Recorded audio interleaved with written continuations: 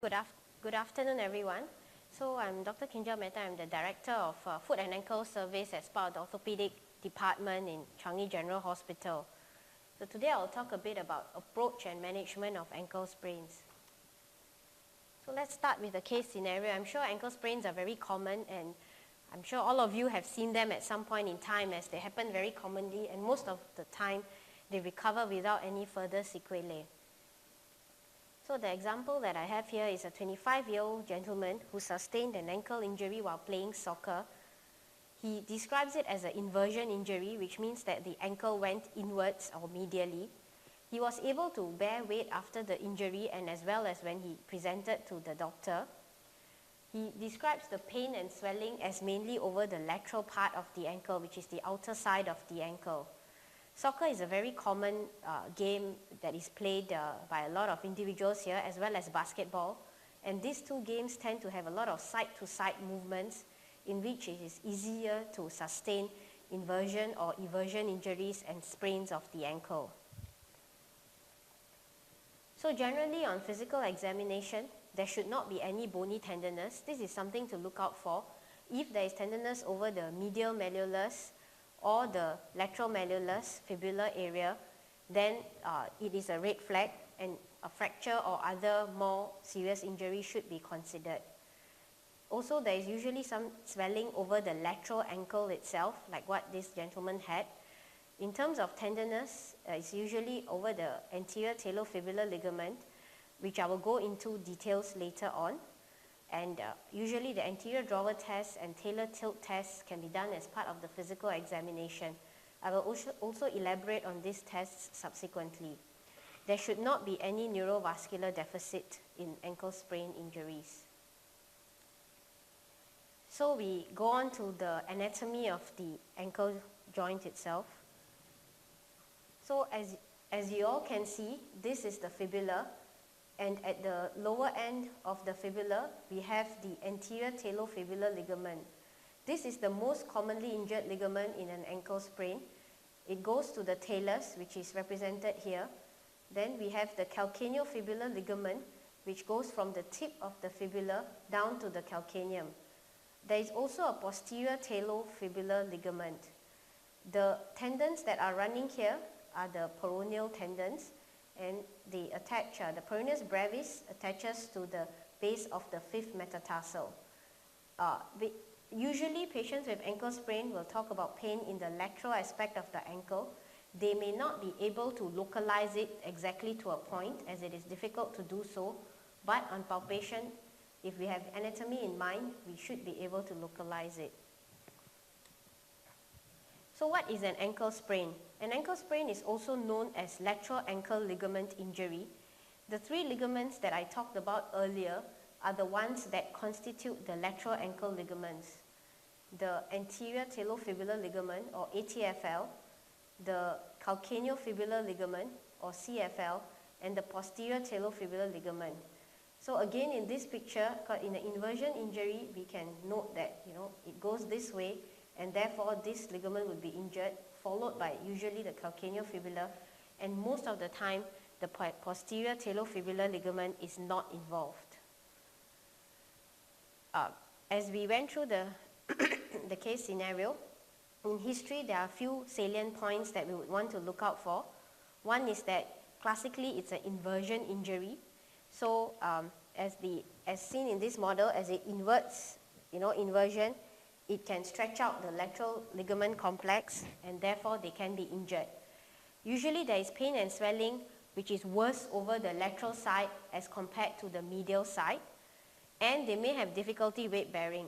So this is a little bit difficult because they may not be weight bearing well due to pain, secondary to pain, rather than because they are unable to weight bear. Usually when there's an injury, people would be unwilling to weight bear.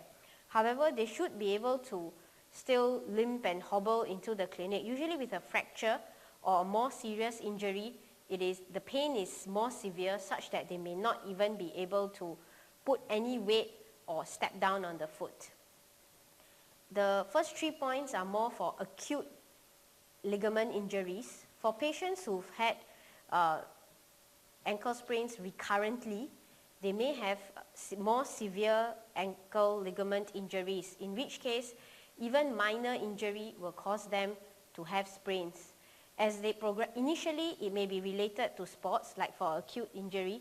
Subsequently, sometimes they may get ankle sprains even while walking on uneven ground initially, because that requires control of inversion and eversion.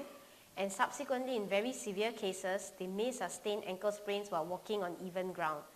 If they are having sprains even while walking on even ground, then we would usually consider further imaging in the form of MRI or even surgical options.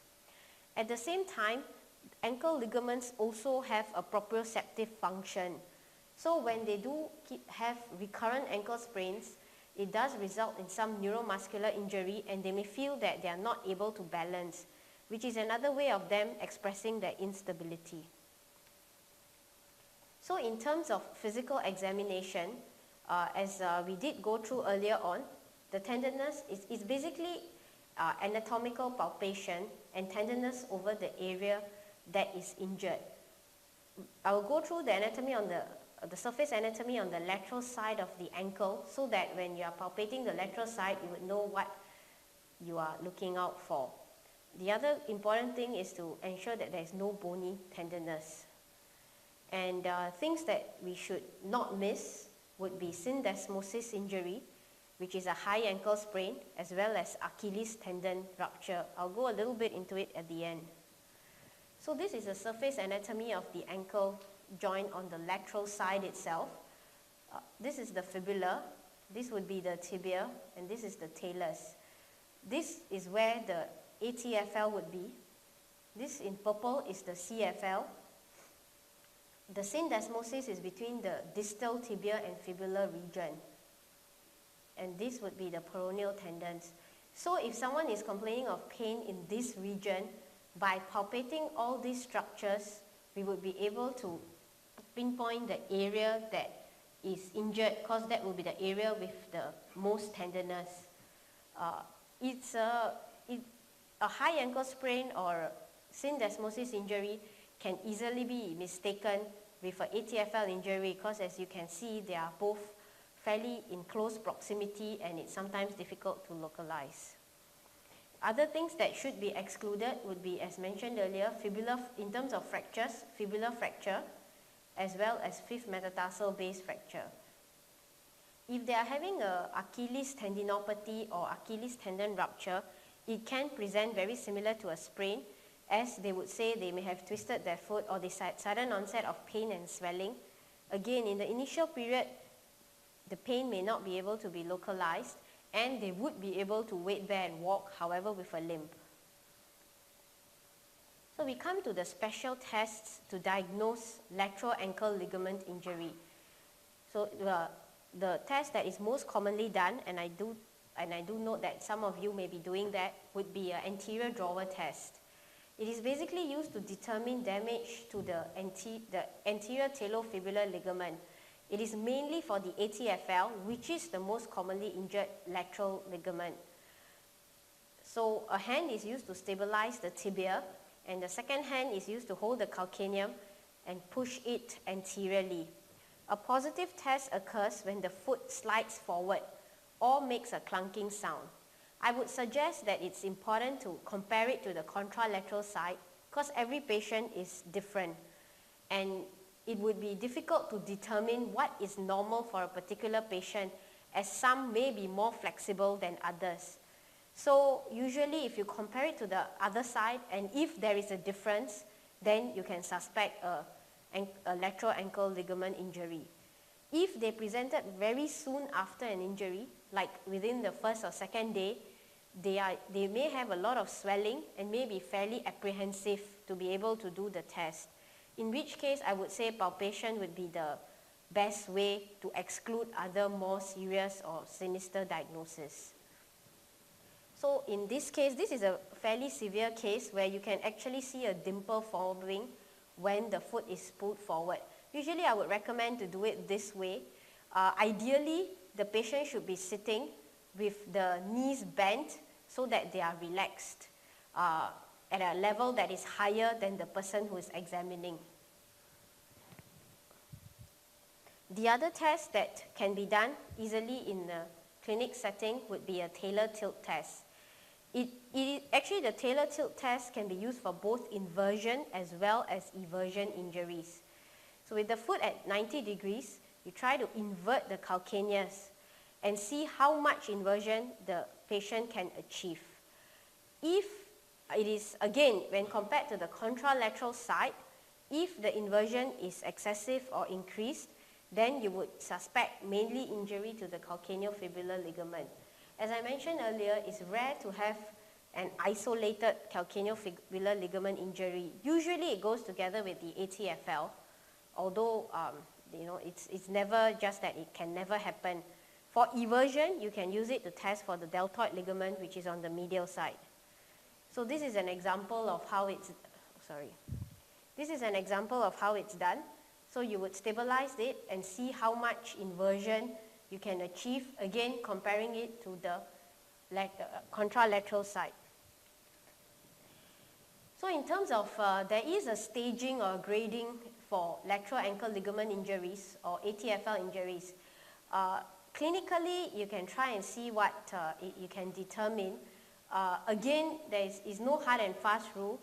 So grade 1, which is minor, is where there is no ligament disruption, but just a mild sprain. They would have minimal swelling, ecchymosis, and tenderness with not much pain on weight bearing. This would probably be the people who may or may not even come for consultation, or sometimes they may come subsequently and say, oh, I've had sprains before, but they resolved in 2 or 3 days. This time round it's worse for the next sprain. Grade 2, which they would probably come for a consultation, would be when they stretch without rupture. They would have moderate swelling and tenderness and some pain on weight bearing. Grade 3 is when you would say there's complete rupture. The swelling, tenderness would be severe as well as pain on weight bearing. Either way, the initial treatment for all these grades would be conservative or non-operative management. It's only when non-operative management fails that we would want to consider surgical treatment, or if they are having recurrent chronic sprains, as mentioned earlier, which affects their function, as in even while walking on flat ground, if they keep on having sprains and unable to function. So as I mentioned earlier, conservative treatment is what is done in the majority of patients. So in the initial period, when they sustain the injury, we would do the RISE treatment, which involves rest. They should not be going back to their sports in the interim, that's in no soccer, no basketball, ice, compression, and elevation. They can consider wearing a protective brace. Usually when their symptoms are resolving, and if they want to go back to sports, most of them may already have an ankle guard or an ankle brace. I would suggest them to wear it in the initial period when they do go back to sports until the ankle is a little bit more stabilized. I would usually recommend an ankle guard that has laces or a good Velcro rather than just elastic, because for those who tend to use the elastic ankle guards over time, it stretches out and then it stops functioning well as an ankle guard. We do recommend range of motion exercises for them, so they are encouraged to move the ankle joint.